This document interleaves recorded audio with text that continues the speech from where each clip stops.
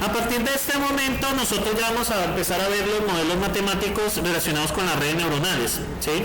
Vamos a ver cómo se puede implementar eso y vamos a empezar a hacer nuestros primeros pinitos de las implementaciones de las redes. Entonces vamos a hablar de elementos básicos, los tipos de aprendizaje que hay y las arquitecturas. Esto lo vamos a hacer en la primera hora y media, luego vamos al descanso y en la última hora y media, son 4 horas. Bueno, ahí cuadra para que terminemos a la 1:20 y media. Entonces, vamos a ver qué características tienen las redes neuronales. Primero, tiene un aprendizaje adaptativo. ¿Qué quiere decir eso? Que puede adaptarse a los patrones de entrada que nosotros manejemos. Permiten hacer generalización. ¿Qué quiere decir? A partir de un pequeño patrón que ustedes aprendan, pueden aprender a solucionar problemas derivados. Por ejemplo, el de una compuerta OR.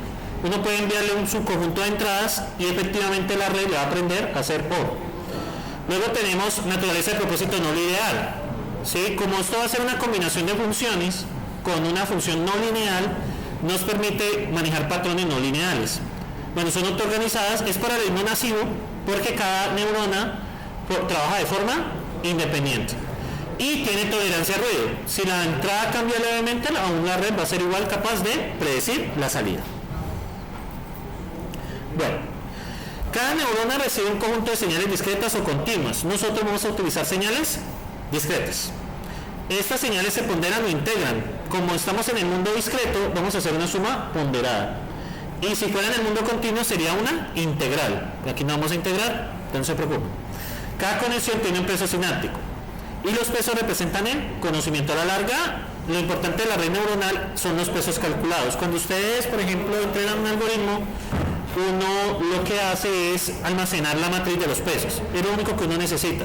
Ya con la matriz de los pesos, sencillamente usted carga la matriz y ya tiene su red neuronal. O sea, a la larga la neurona es una matriz, ¿sí? Que vamos a operar. Y estos pesos se ajustan con un algoritmo de aprendizaje. Vamos a ver dos hoy, que va a ser el perceptron y el align. Pero realmente nos vamos a quedar con perceptron al final. Y este es el modelo general de la red. Vamos a tener, esto se llama umbral, yo ahorita les explico por qué usamos esto. Luego de esto tenemos las entradas que están ponderadas, que son los respectivos pesos sinápticos. Nosotros vamos a calcular estos pesos sinápticos. Y nuestra misión es calcular estos pesos de aquí. Las entradas son fijas y tenemos algo que se llama una función de activación. La suma ponderada va a pasar por una función. Hay diferentes tipos de funciones. Tenemos la lineal recortada, es 0 negativo y x en positivo. Tenemos la función sigmoide, que es 1 sobre 1 más la tangente de x. 1 más e a la menos x. Tenemos la función logística, pues que es con la tangente 1 sobre 1 más la tangente hiperbólica de x y así. Bueno,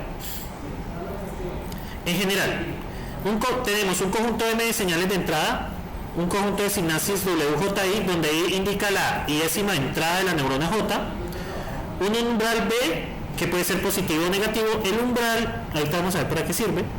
Las entradas son sumadas e integradas tomando en cuenta sus respectivos pesos. Y se tiene una función de activación que describe el funcionamiento de la neurona. Entonces este modelo lo podemos representar así en forma general.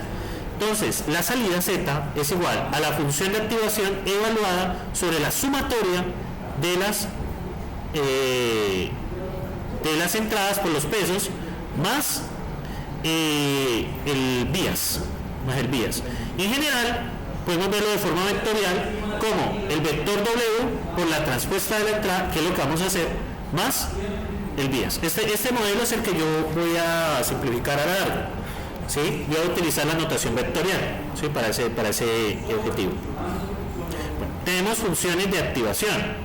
La función lineal, que va entre 0 y 1, o menos 1 y 1, pero pues generalmente nos casamos es con esto.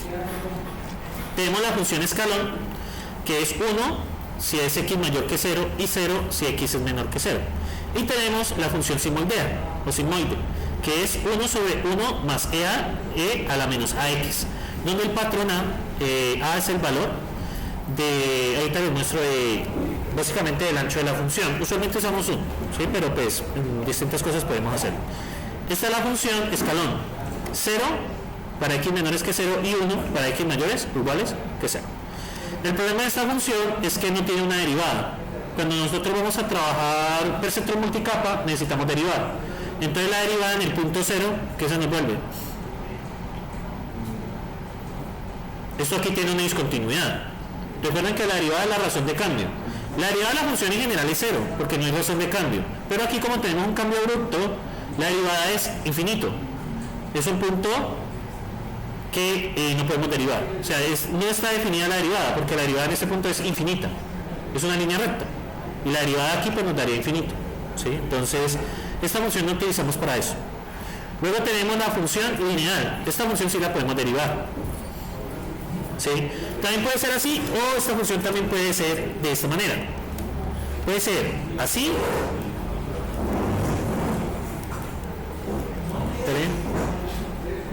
O también puede ser así, desde 0 en adelante, ¿vale? También puede ser así, la función lineal. Usualmente las funciones las vamos a acotar entre 0 y 1, ¿sí? A la larga la salida está acotada en ese sentido. Y tenemos la función sigmoide, que básicamente la función sigmoide tiene la característica de que es una función con caída atenuada, ¿sí? Por eso la usamos, porque es que esa caída atenuada sí es derivable. Y esta función tiene una ventaja adicional.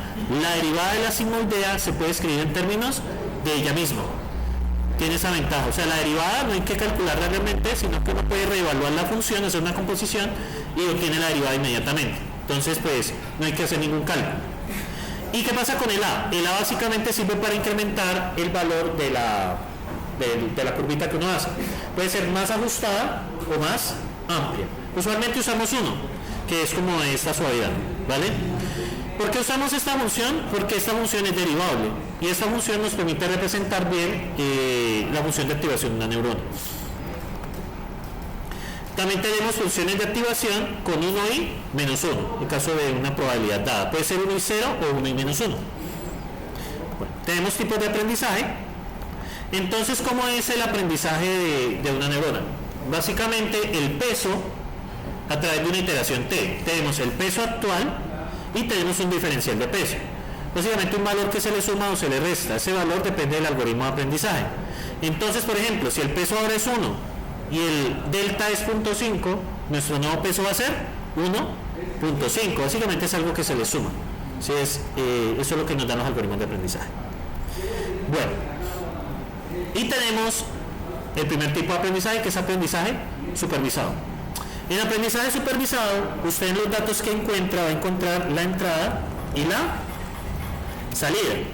Eso ahorita yo ahorita les voy a mostrar el primer dataset, que es un dataset de vinos, ¿sí? Que vamos a manejar con el perceptor monocapa. Voy a mostrarles un dataset de vinos, ¿vale? Entonces, ¿qué pasa allí? Tenemos la entrada y tenemos la salida. En aprendizaje supervisado ustedes conocen las salidas deben ser conocidas. ¿Qué hacemos? Cogemos un subconjunto de esas relaciones entrada-salida y la idea es poder encontrar la relación de pesos que nos relacionan la entrada con la salida respectivamente. Eso es lo que nosotros vamos a relacionar allí.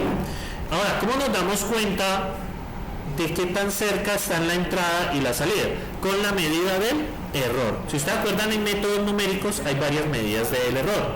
Hay error diferencial absoluto, diferencial absoluto, y el error cuadrático medio, que en este caso es el que vamos a utilizar, el error cuadrático medio. ¿Por qué se utiliza el error cuadrático medio?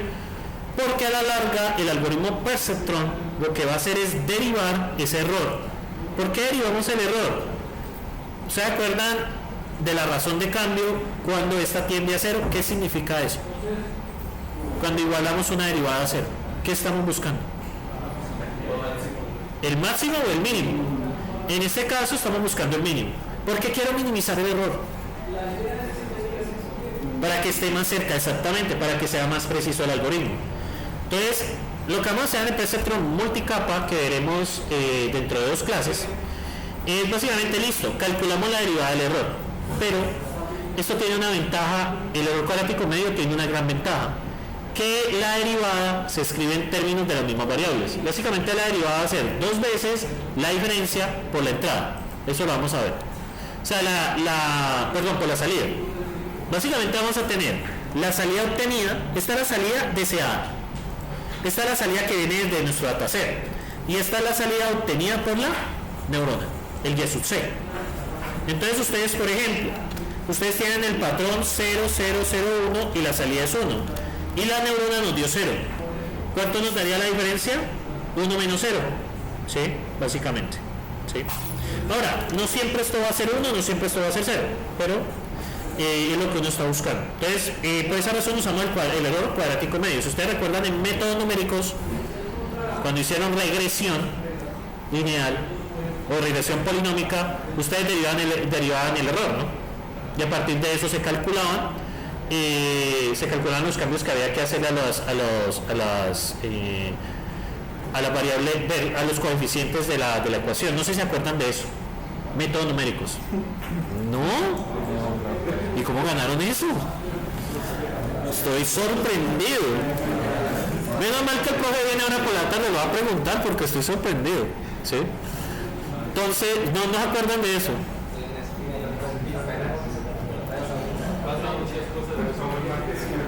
Eso fue en pandemia. Ah, ya. Entonces el que calculaba el error cuadrático era otra cosa. Bueno, entonces vamos a hacer la derivada de esto. Y de hecho este mismo método les sirve a ustedes para hacer regresión, que es el primer método de Machine Learning que hay. Bueno, tenemos el aprendizaje no supervisado. Ese aprendizaje no supervisado lo vamos a ver principalmente en convolucionales cuando hablemos de los autoencoders. ¿Cuál es la idea? Usted solo conoce la entrada. ¿Sí? Solo conoce la entrada. Ahora, ¿cómo se estima la salida? Se hace que la salida sea lo más parecido posible a la entrada. Es encontrar los coeficientes de tal manera la salida que encontremos sea lo más parecido a la entrada. O sea, lo que uno suele hacer. Entonces, si hay en entradas, deben haber en salidas.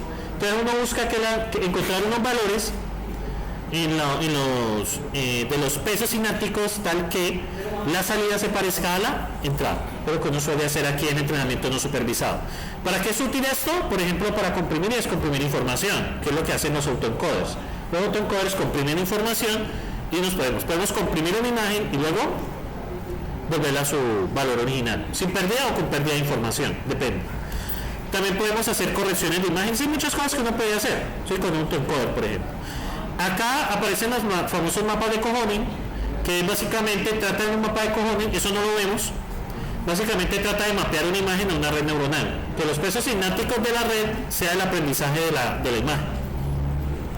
Y bueno, y se requiere un método de parada. Uno puede hacerlo por número de iteraciones, puede hacerlo haciendo la diferencia entre la entrada y la salida menor a un valor dado, entre otros. ¿Sí? Entre más se parezcan la entrada y la salida. Tenemos aprendizaje por refuerzo. Básicamente, en lugar de tener una salida conocida, nosotros tenemos una función que se llama una función de fitness. No sé si vieron computación evolutiva o vida artificial. Ni evolutiva ni vida artificial todavía. Bueno, una función de fitness nos califica qué tan buena es una salida, ¿sí? Qué tan buena es. Entonces nosotros tenemos una función. Entonces, ¿qué hacemos? Eso se llama una función de fitness. La salida la estimamos con ese fitness. Y podemos decir si la salida es buena o es mala. Castigamos la mala y premiamos la buena salida. ¿Cuál es la idea? Que el algoritmo se vaya acercando a la función de fitness. Ahora, esa función de fitness depende de una heurística bien diseñada. ¿Se acuerdan de heurísticas? De inteligencia artificial. ¿Qué es una heurística? Es una función que... Pero sí, o sea, yo sé que la función debe llegar a 0, eso es lo que hace, pero ¿qué es una heurística? Una heurística es una función que nos estima qué tan cerca estamos de una salida deseada, de un valor óptimo. Entonces, un aprendizaje por refuerzo depende de un buen diseño de una función heurística. ¿Sí? Una función heurística es una función de estimación que nos dice qué tan cerca estamos de una buena solución. No sé si recuerdan de eso. Y ya. Tengo que hablar con el profe entonces. ¿Sí? No, la memoria de estos muchachos está cada vez peor. Eso es el tema de la dopamina, ¿no? ¿Ustedes sí se acuerdan de lo que vieron ayer en Instagram? ¿O no? ¿No?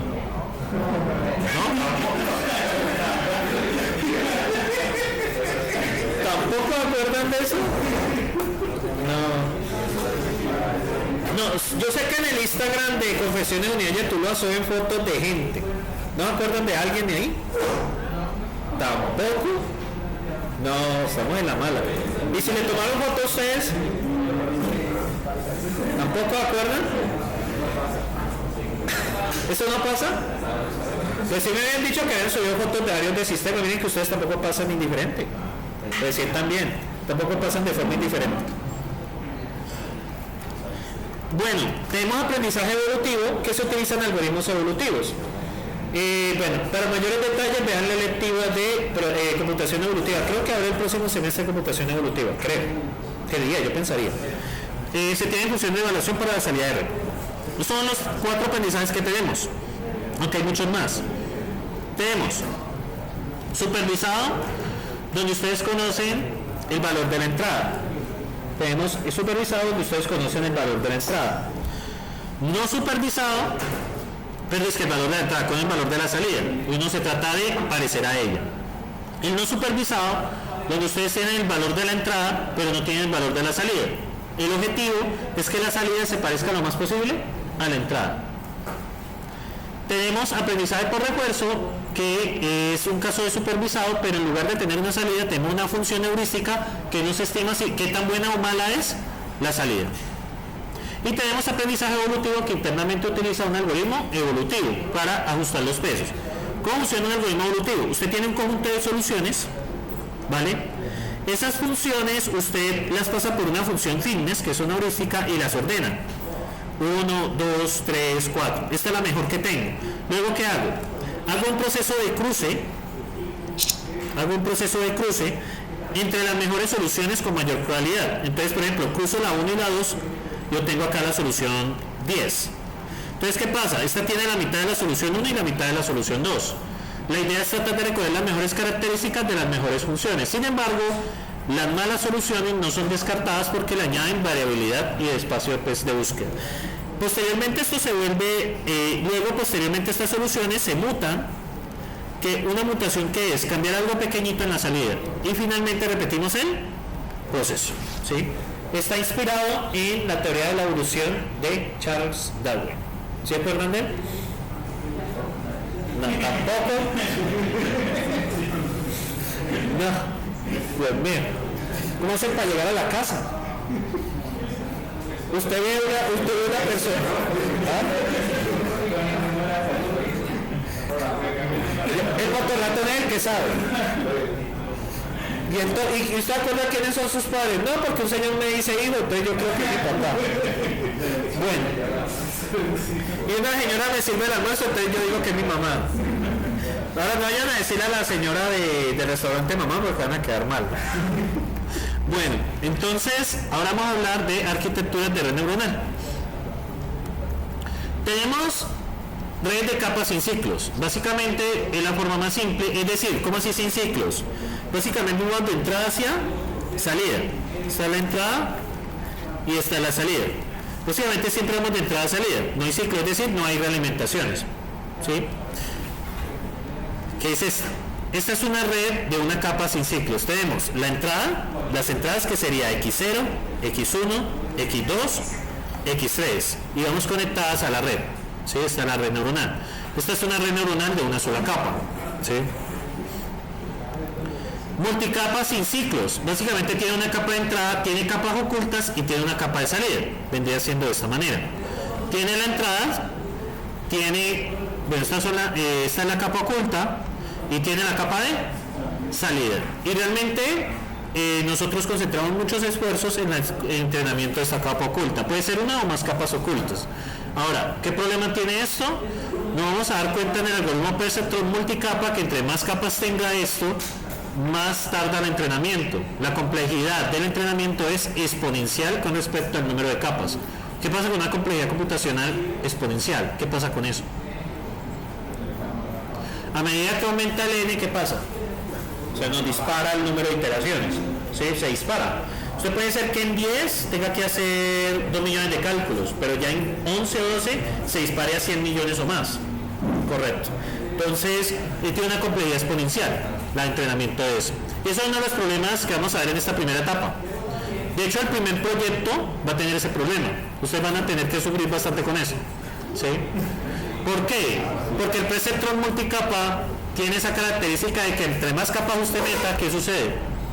Más se va a demorar. ¿Sí? Más se va a demorar. Igual ustedes pueden dejar el Google Colab abierto mientras hace eso y le pueden poner a hacer otra cosa. Esperen. Ahora, si ustedes únicamente monotarea y tienen que quedarse sentando esperando 2 horas a que eso termine, pues bueno, ya tienen algo ahí, pues hay un problema que resolver adicional. No sé, estudiantes que son así, que tienen que quedarse sentados hasta que termine y no pueden seguir, no pueden hacer nada en esas 2 horas. No sé si ustedes están en ese grupo. Pues yo no estoy en ese grupo. ¿No? Hay ese problema acá que usted tiene que esperar. ¿Ah? Yo juego 2 partidas de los mientras, ¿sí? Por lo menos. Bueno, tenemos redes recurrentes. Estas redes tienen un problema. Estas redes podríamos verla en el último capítulo, pues estas redes tienen un problema. Lo que pasa es que ustedes tienen aquí un peso y aquí tienen otro peso. Esta red tiene un problema, es que es muy inestable. ¿Qué quiere decir eso? Si usted calcula mal este peso y este peso, la red le diverge. ¿Qué quiere decir? La salida le tiende hacia infinito. Es muy inestable y es muy difícil calcular los pesos de forma que quede estable, es decir, que no les dé infinito. Estas son las redes recurrentes, muy difícil de entrenarlas. Hay varios algoritmos que no trabajan, pero son muy difíciles porque son muy inestables. Puede pasar que en un conjunto de entradas de bien, pero usted mete una entrada específica y eso se le pasaría infinito. Es muy inestable. ¿Sí? Eso tiene que ver con un fenómeno que se llama realimentación. ¿Sí? Eso se estudiaría ahí en las redes recurrentes. Tenemos, estas son las redes recurrentes y estos son los outputs. Estos zetas menos 1, eso se llama retardo. ¿Por qué? Porque para usted calcular los pesos de la realimentación, ¿qué tiene que esperar primero? La salida, ¿no? Si no hay salida, pues no tiene valor para calcular. Entonces por eso hay que agregar un retardo. ¿El retardo qué es? Tiene que ver con lo que se demora la red en procesar. ¿Sí? Entonces siempre hay un retardo. Y uno lo hace ya es por tiempo. Si usted tiene el tiempo t, entonces calcula ciertos pesos. Pero si en el momento t más 1, ya tiene que tomar la salida del tiempo t. Entonces no es tan fácil y es muy inestable. Estas redes son muy buenas, pero son muy inestables. Y ya eso es todo. ¿Sí? ¿Preguntas, sentimientos sobre esto? ¿Feelings? ¿Todo está bien?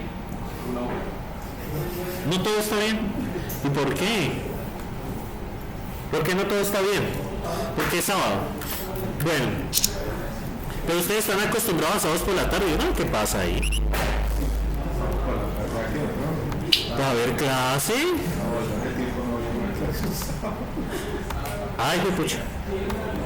Esto porque no había otra electiva. Bueno, vamos al Google Colab, ¿vale? Entonces vamos a hacer ciertas cosas.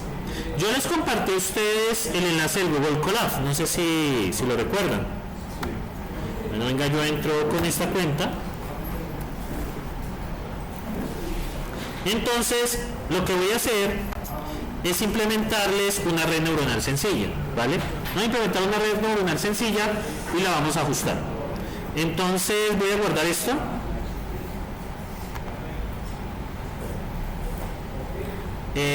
No. Pero en un momento la guardo. Tengo que moverlo. Aquí está, mover. Yo les tengo acá una carpeta que dice agosto, redes neuronales. No sé si la vieron. Sí, ahí está en el campus. No sé si la ven.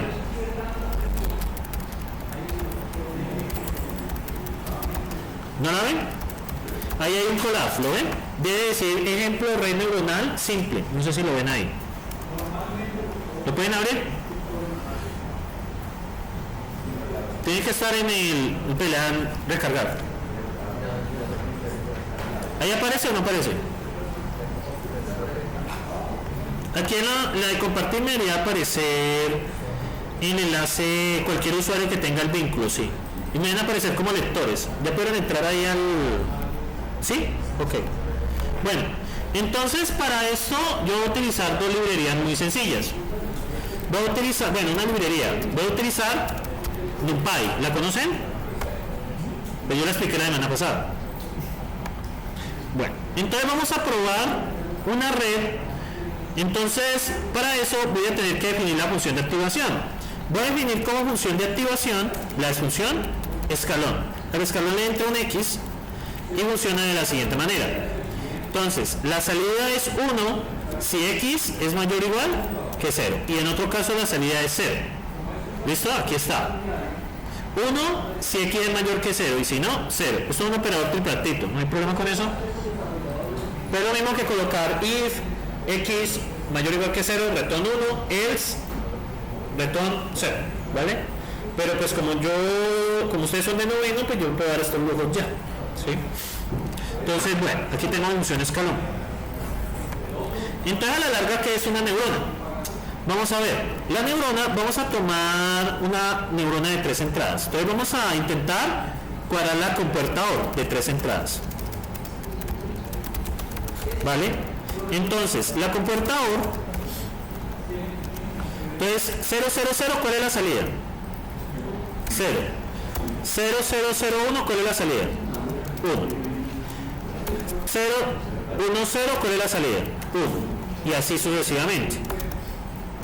Ve, puse el. Y aquí es 1. Y como yo soy un ingeniero perezoso, entonces, ¿qué creen que voy a hacer? Copiar y pegar y cambiar el 0 por 1, 1, ¿vale? Y cambio un 1 allá. Entonces, este es mi compuertador, ¿vale? Entonces, esta es mi entrada y esta es mi salida. Mi entrada son 3 y mi salida es 1. Vale. Entonces, ¿qué hace la neurona? La neurona va a tener dos cositas. La neurona me va a recibir una entrada XY y me va a recibir unos pesos. ¿Esos pesos qué son? Esos pesos son aquellos que yo voy a utilizar para multiplicar por las entradas. Naturalmente, si hay 3 entradas, aquí son 3 entradas, bit 1, bit 2, bit 3, ¿cuántos pesos deben haber? 3, ¿sí? Tienen que haber 3 pesos, ¿sí? Porque la entrada total va a ser bit 1 por x1, bit 2 por x2, bit 3 por x3, ¿vale? Entonces, pues yo puedo hacerlo. Entonces, esto se va a llamar, bueno, y el bias. El peso y el bias, ¿vale? Entonces, la entrada, ¿qué va a ser? Va a ser básicamente XY en la posición 0 por pesos en 0. Más XY, la posición 1 por pesos en la posición 1. Más XY en la posición 2 por pesos en 2, ¿correcto? Pero bueno, ¿qué pasa ahí si yo me pongo, esa es la sumatoria, pero qué pasa si hay 20 pesos? Se vuelve como maluco, ¿verdad? ¿O no? Se vuelve como maluco. Entonces, pues nosotros podemos llevarle a un siguiente nivel de abstracción, pero yo lo voy a llevar al extremo. Entonces, entrada igual a 0. Entonces, for XY, W sub i in zip XY, pesos. Entonces explico qué es esto, ya les explico. Entrada es igual, más igual, XY por W sub i. En Python, el zip coge dos arrays y me los pega. Sí, pero va a quedar un array y otro array. Entonces yo puedo tomar el primer elemento del primer array y el primer elemento del segundo array y trasladarlos a las variables x y w. XY me va a coger el elemento del array XY y w sub i me va a coger el elemento de pesos, ¿vale? Ese es el siguiente nivel de abstracción, ¿vale? Sería con ese for y pues ya no tengo que escribir eso, pero yo lo voy a llevar aún más allá. Yo voy a utilizar la notación matricial. Resulta que NumPy me ofrece eso. Entonces, ¿qué hacemos? Fácil. Voy a decir que esto es pesos np.dot de pesos, np.transpose de xy. Es la multiplicación entre el vector pesos y la transpuesta de xy. Y np.transpose pues me da esa transpuesta, ¿vale? Ahora, pues yo podría evitar el transpose y sencillamente poner xi punto t mayúscula y ahí ya se entiende que es la traspuesta. np.dot me hace una multiplicación matricial, ¿vale? Las tres formas son equivalentes, ¿vale? ¿Listo? Las tres formas son equivalentes. Entonces puedo hacerlo haciéndolo a pie, pues nadie lo va a hacer así. Puedo hacerlo con un for, utilizando si, y puedo hacerlo de la forma matricial, ¿sí? Haciendo pesos por la entrada traspuesta, que es lo que se hace acá. Es lo que yo les estaba explicando acá. Entonces la traspuesta, aquí está. Bueno, esta es la devolución de los pesos. Esta es la función de... Por acá está el modelo. ¿Ve que me hizo el modelo? Pues ustedes lo vieron, ¿no? Aquí está. La entrada neta es W, que son los pesos, por la entrada traspuesta más ¿qué? Más el bias. ¿Listo? Más el bias. Ahí estoy asumiendo el bias como 1. El bias es un peso adicional que vamos a entrenar, ¿vale? Pero bueno, eso lo haremos en el perceptron monocapa que ya estamos a punto de ver. Entonces, vamos acá. Tengo xi, pesos por el bias. Y aquí ya tengo la salida. Entonces, ¿mi salida qué es? Mi salida es la función de activación, que es escalón, por evaluado en la entrada neta. Entonces, ya ahí tengo mi neurona. ¿Qué voy a hacer yo ahora? Voy a tener mi entrada, que es un array, que viene así. Pues miren la 0,00, 0,00, 0,01, 0,1,0, luego acá coma 0,11, y por los poderes que me manda la pereza, ¿qué creen que voy a hacer? Copiar y pegar, ¿vale? Porque somos ingenieros de sistemas. Entonces 1, muchachos, la pereza es una de las mejores armas que ustedes pueden usar en la vida, ¿sí? Que hay pereza positiva y pereza negativa.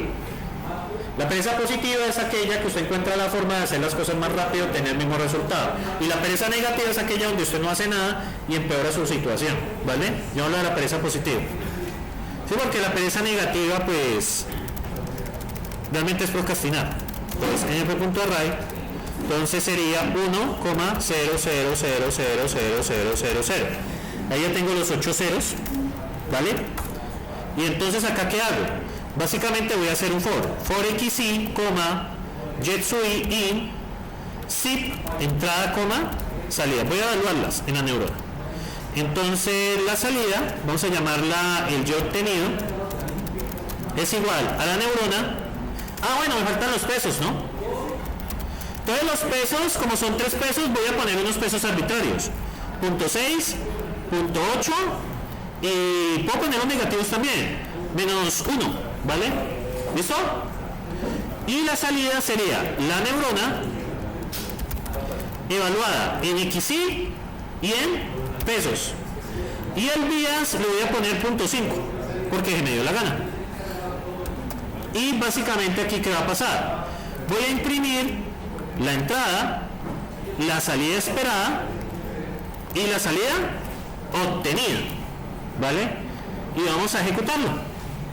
A ver, ¿qué nos da? Bueno, la neurona ya la... Bueno, es que yo hice algo indebido. Es que esto debe ir más bien en una celda contigua. Es mejor. Es mejor que haya una celda contigua. Y acá, entonces, vamos a ejecutar eso. Entonces, para acá... ¿por qué está dando error? Claro, obvio. Falta el de la segunda dimensión.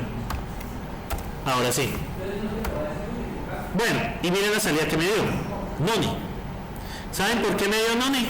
Porque el señor Carlos no pudo poner un return. Y acá entonces vamos a ejecutar esto. Y miren lo que pasa. Estas son mis salidas, ¿sí? Entonces hay un error en la salida esperada, ¿no? Él al revés. Estaba haciendo la compuerta antes. Listo, ahí van 7, falta una 8. Y bueno, ¿cómo me dio la salida? ¿Qué problema ven ahí? ¿Será que es igual? No. Entonces, miren que aquí, yo para que hacer que esto me reconozca una compuerta OR, Sí, para hacer que eso me reconozca en la compuerta, ¿qué es lo que tengo que mover? Los pesos, ¿verdad? Entonces vamos a hacer ese ejercicio. Vamos a hacer ese ejercicio de mover los pesos. Esperen, yo a ver aquí, es que esto aquí tiene como un errorcito. Esperen, yo quito esta. Sí, y yo tengo esta. Esperen, yo me cambio al anotador. Este sería captura de ventana y vamos a meter aquí, bueno, Sournal, y voy a meter aquí el Sournal, ¿vale? Me falta es hacer una cosita de estirar la pantalla y ya está. Bueno, entonces control S. Oh, genial. Y eso tengo que bajarlo porque quedó bien arriba. A ver, aquí está, voy a bajarlo para que me quede por acá, así, listo. Entonces miren la situación que yo tengo. Miren la situación que yo tengo, pongámoslo acá. Entonces la situación que yo tengo es una neurona con 3 entradas. ¿Estamos de acuerdo? Perdón, es una neurona con 3 entradas, no 3 neuronas. Es una neurona con 3 entradas. Tengo mi entrada X0, tengo mi entrada X1 y tengo mi entrada X2. Esto es lo que yo estoy representando. Mi función de activación es un escalón, ¿vale? Función de activación es escalón y aquí tenemos la salida. Y aquí tengo mi peso, W sub 0, W sub 1 y W sub 2. Yo seleccioné arbitrariamente los valores. Bueno, y tengo el bias, lo había olvidado. Tengo el bias que es un más 1 siempre, y aquí tengo el B, por lo que lo estoy sumando. Si lo estuviera restando es menos 1. Entonces tengo acá los siguientes valores: punto 6, punto 8 y menos 1, punto 6, punto 8 y menos 1. ¿Estamos de acuerdo? Entonces, ¿uno qué hace? Observen que los patrones que ustedes tienen, entonces los patrones 0, 0, 0, vamos a ver la neta, cuánto es la neta y cuánto es la salida. Entonces la entrada neta sería 0 por punto 6, 0 más 0,8 y 0 menos 1. ¿Y el bias cuánto vale? El bias vale punto 5, ¿no? Punto 5. Entonces esto nos da 0 y nos da 0 más 0 más 0 más 0,5. ¿Cuánto sería? 0.5. ¿Cuánto es la salida? 1. ¿Cuánto es la esperada? 0. ¿Aquí qué hay? Un error. ¿Para qué es el bias? Y aquí viene el objetivo. ¿Qué pasa cuando las 3 entradas son 0? ¿Qué les queda? Cuando estas 3 entradas son 0, ¿cuánto haría la entrada neta? 0. ¿Lo ven? 0. Por eso se utiliza el bias. El bias se utiliza para evitar entrada 0. ¿Lo ven? El bias se utiliza para eso. Porque ustedes van a ver que en la regla de entrenamiento, que vamos a ver, la del perceptrón, dependemos de la entrada. Al depender de la entrada, entonces tenemos un problema, porque al depender de ella, nosotros tenemos un punto en que las 3 entradas son 0 y no podemos hacer cambio. O sea, es 0, sabemos que hay un error, pero el error no se puede propagar. Entonces, no poderse propagar, no podemos entrenar. Por eso se utiliza el bias, ¿vale? El bias es esa entrada que nos garantiza que la entrada neta nunca sea 0, ¿vale? Vamos con la segunda. Entonces ya sabemos que aquí hay un error. Entonces yo les hago una pregunta. Para que eso nos diese 0, ¿para qué? Vamos a hacer el ajuste de una vez. Vamos a trabajar como el algoritmo, pero vamos a hacerlo a la cabeza. ¿Yo qué tengo que hacer para que esta neta sea menor que 0? ¿Por qué busco que la neta sea menor que 0? ¿Recuerdan la función de activación? Aquí está el 0, ¿no? Es la función escalón. Recuerden que la función escalón es una función que para valores mayores que 0 me devuelve 1, para valores menores que 0 me devuelve 0, bueno, mayores o iguales que 0 me devuelve 1 y menores que 0. ¿Yo qué tengo que hacer con esta entrada neta para que mi salida sea 0? ¿Qué tiene que ser esa entrada neta? Tiene que ser negativo, ¿correcto? ¿Estamos de acuerdo? Para que nos dé un punto por aquí, ¿sí? Porque por ahora nos está dando punto 5 y este punto acá ¿cuánto nos da? Da 1, ¿verdad? Y pues el 1 no me sirve, ¿sí? Porque tiene que dar 0.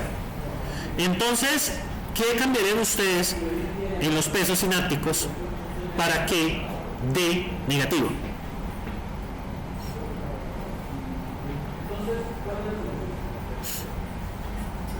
¿Qué cambiaría yo? ¿Cuál de los 4 pesos cambiaría para que esa entrada neta sea negativo? ¿Qué harían ustedes? ¿W0 sirve cambiarlo? Da 0, porque es que recuerden que la entrada neta es 0, 0, 0. El bias, ¿ven la importancia del bias allí? Porque no tengo otra manera, porque si el bias no existe, ¿cuánto sería la entrada neta? 0. ¿Y cuánto me da la función escalón? 1. ¿Y habría manera de corregirlo? No. Entonces, debo cambiar el bias. ¿Qué valor ustedes proponen? Pongámosle menos ¿qué? 0, ¿qué? No lo coloquemos tan alto que nos daña. Espérate que esto se me descuadró. ¿Ve? Espérate. Bueno, está en la pantalla. Es que este es el mapeo. Listo, ahora sí. Pongámosle menos 3, ¿estaría bien? Entonces repitamos el proceso. Ahora con el bias así. Entonces, ¿ahora cuánto sería la neta? Menos 0,3, porque es que no tiene otra forma. Entonces tendríamos menos 0,3. ¿Y cuánto sería la salida ahora? 0 sería la salida, creo que lo limité, sería 0. Esperen, yo vuelvo a invocar eso. Sería 0. ¿Qué botón será? Ahí está. Esperen, que es que el problema es que al mapearlo me comí lo de arriba. Listo, ahora sí. Ahora sí ya tengo hasta acá arriba. Entonces, listo. ¿Cuál es la siguiente entrada? 0, 0, 1. Ustedes, esta ya está chuleada. Vale. 0, 0, 1, ¿cuánto le darme de salida?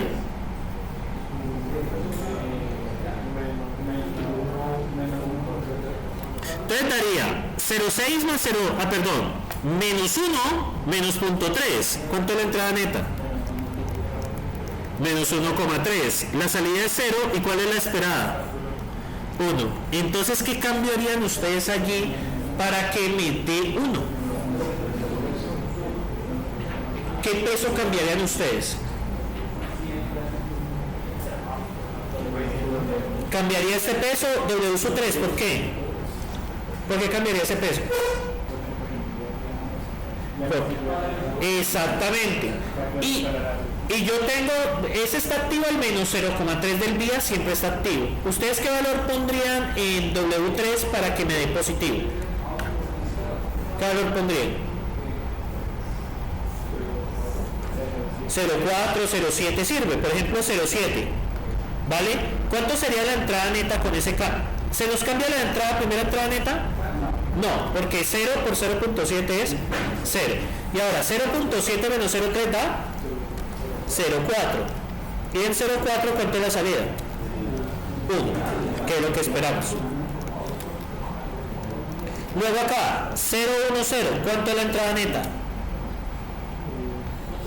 0,8 menos 0,3 daría 0,5. 1 esperado, 1 de salida. ¿Está? Correcto. La siguiente, ¿cuál es? 0,11. ¿Cuánto es la entrada neta?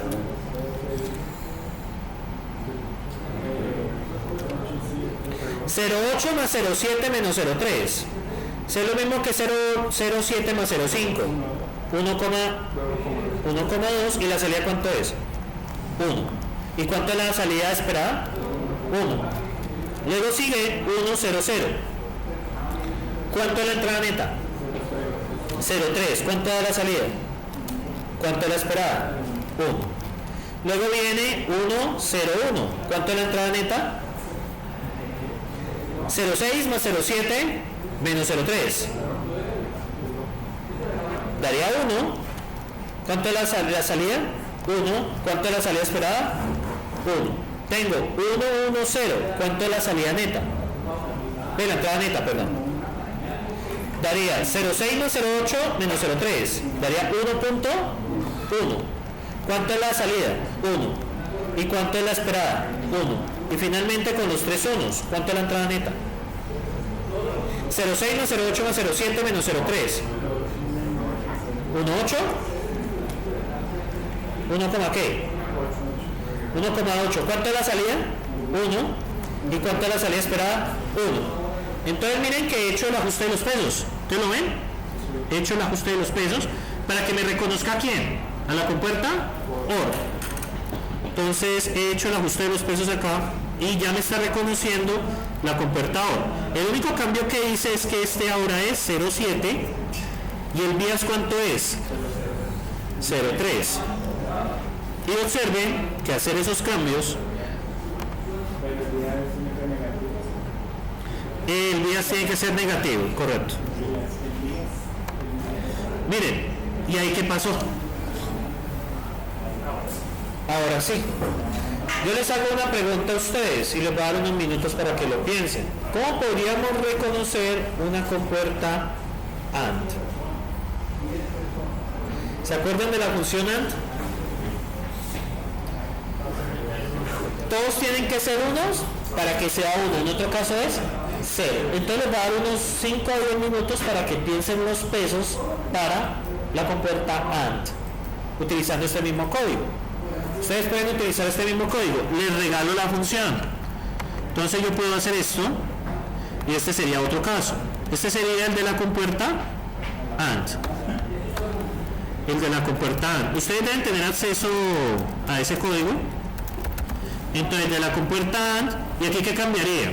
Que aquí es 0, 0, 0, 0 y 1. Ajusten los pesos de tal manera de la compuerta AND.